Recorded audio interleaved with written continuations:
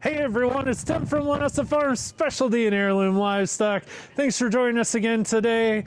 We are here in Indiana today and it is about 5 degrees outside and the wind's blowing about 10 miles an hour. So I don't know what that comes out to, but it's pretty darn cold. So, you've probably heard the saying, don't look a gift horse in the mouth. And what that basically means is if someone's going to give you something, you don't want to over scrutinize. But the reality is if you've seen me check out sheep or goats before in some of our videos, we always talk about the animal's bite and why it is important for us to check their bite. But we've never really gone into it in too much detail, talking about what it is specifically that we want to look at and look for and what it means. So today I wanted to take a little bit of time to talk specifically about the bite and teeth of sheep and goats, the things you want to look for, and what they mean for the overall health and age of the animal. Stay tuned to find out more.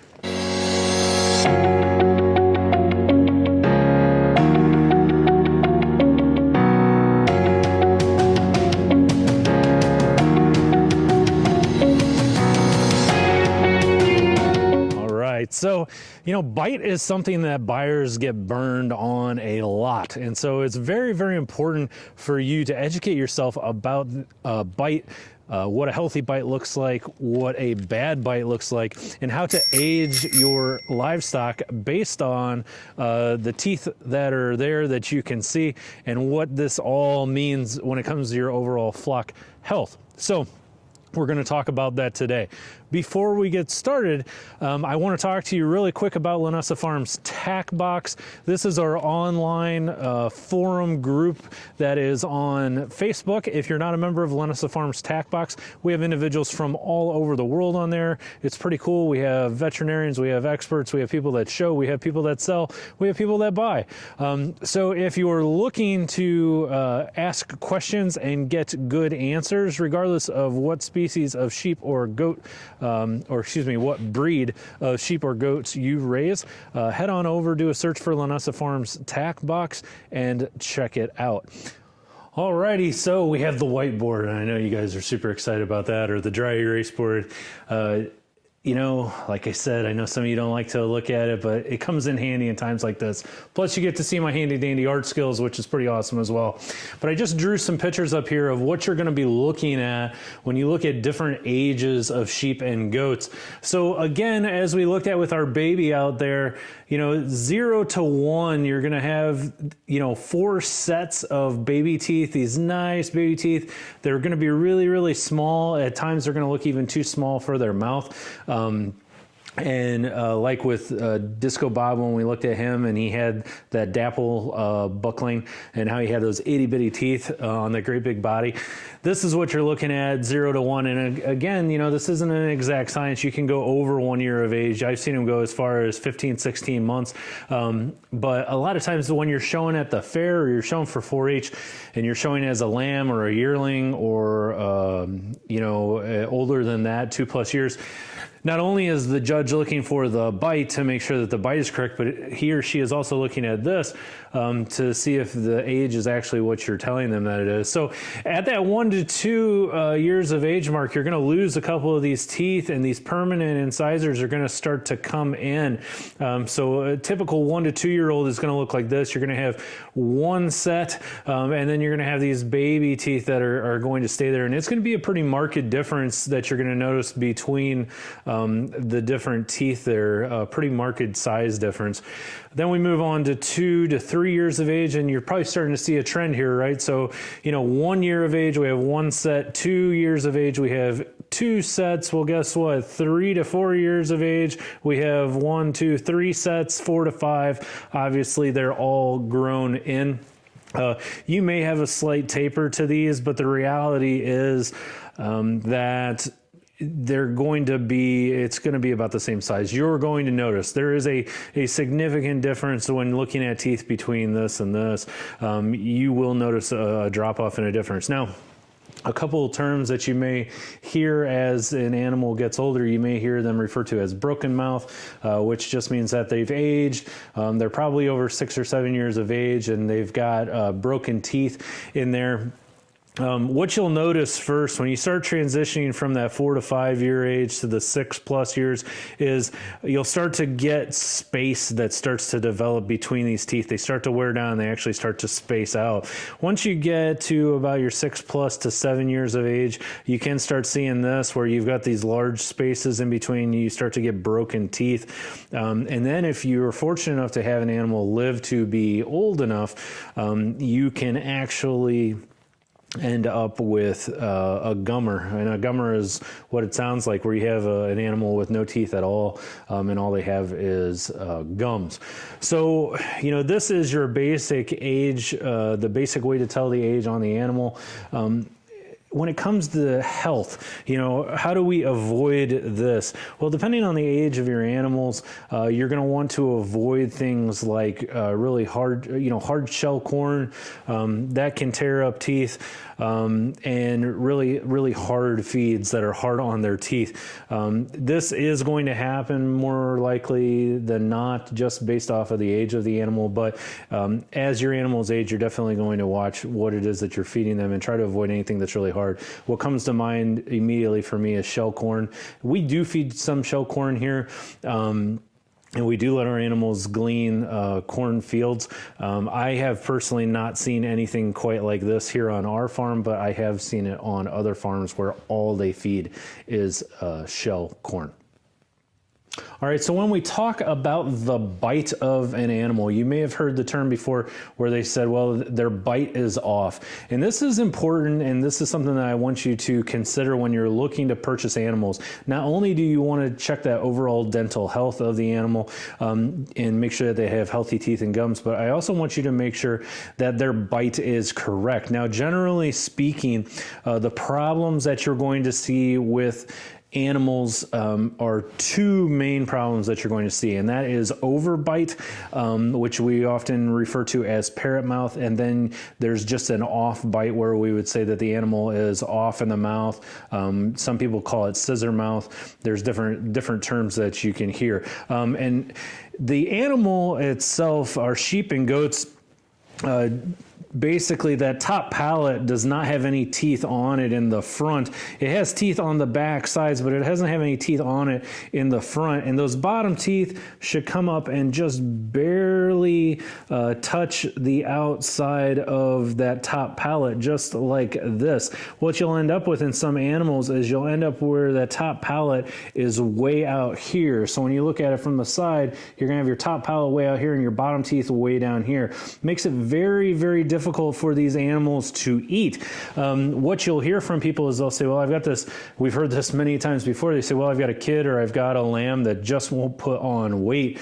We feed them and they're just not putting on any weight. And we go and we look at that animal, and what we find is that we've got this massive overbite. And when the animal's trying to eat food, it makes it very difficult. What you will see sometimes is they'll be turning their head sideways and they'll try to be kind of shoveling food into their mouth, or they'll just not be very thrifty. You'll run into all kinds of problems. This is genetic. This parrot mouth phenomenon is genetic. So you want to be very, very, very cautious keeping offspring from these animals because they can pass it off to their offspring.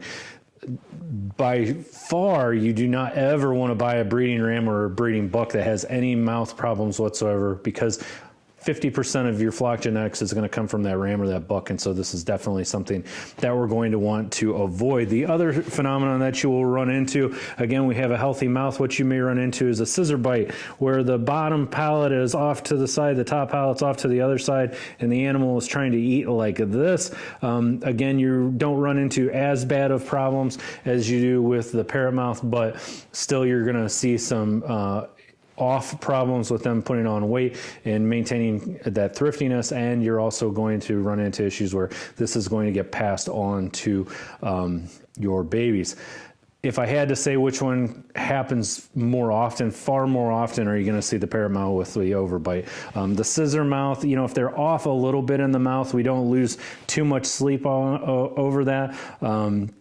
but it's not something that we really like to see. For those of you that are new or green when it comes to purchasing livestock, looking at bite is very, very important, and it's one of the things you're going to get ripped off on the most when you go to breeders. I have seen this over and over and over. I'm not saying that the average breeder is going to try to rip you off. I'm saying if you run into one of those bad eggs that's going to try to do something to rip you off, this is where you're going to get burned. You're going to find this deal, and they are hoping that you're not going to look at the mouth. When you do go to look at the mouth, it's going to be off. You're going to have parrot mouth, or it's going to be scissor bite, or something weird is going to be going on. So always, always, always check the bite and the bite structure of your livestock before you purchase them. And I would say if the bite is off, you know, a little bit to the side, especially on a ewe or a doe, may not be the end of the world. Parrot mouth is always a really bad deal you don't want to get involved with. And if it's going to be a breeding male for your flock, again, 50% of the genetics is going to be coming from this male. So you just don't even want to mess with it. Okay. So this here, this is a, she's over 4, probably getting into, I would say 6 to 7 years of age. We're getting into the spreading phase. So all of her adult teeth are in, and you're starting to get some wear and tear and spreading between them. Notice how they're not as tight together, but they still look pretty healthy. None of them are broken, and they're looking pretty good. So this would be what we would refer to as the spreader phase. Usually about, I would age her at about 5 to 6 years of age.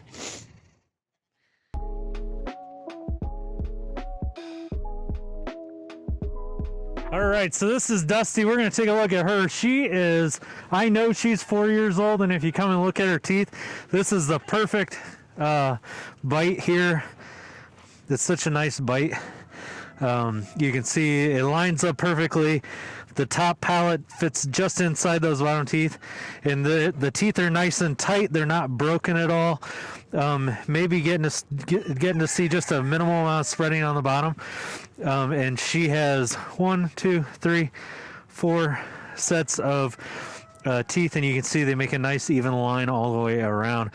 If she was a 3-year-old, you would see that this 4th tooth here would actually be a lot smaller and a lot farther down. But yep, this is a perfect example of a 4-year-old going on to be a 5-year-old.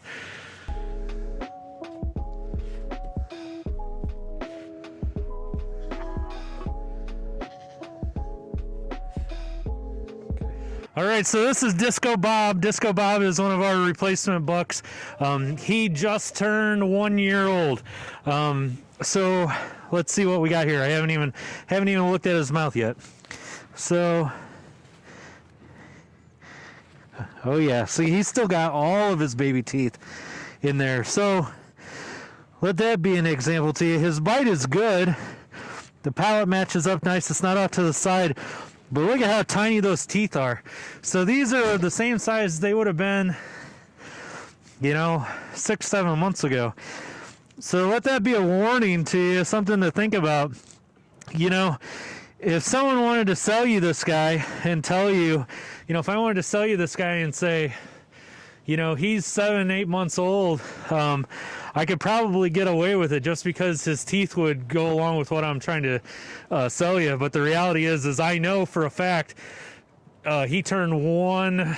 He turned 1 on Christmas Eve, and we're 2 weeks after Christmas now. So if that kind of helps you to put it into perspective to get to know. So while it's not a perfect science, you know, and it's not going to be right on, this is a prime example of that.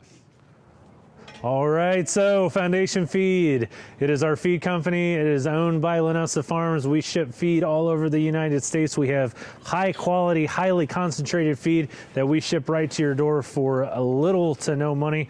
I think the most you're ever gonna pay with Foundation Feed is $1 for shipping.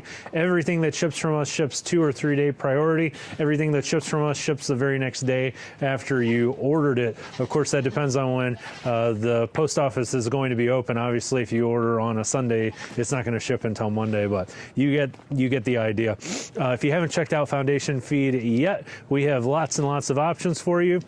go ahead and check it out below. And for those of you that are our viewers and took the time to view this video, we have a special discount code for you right here.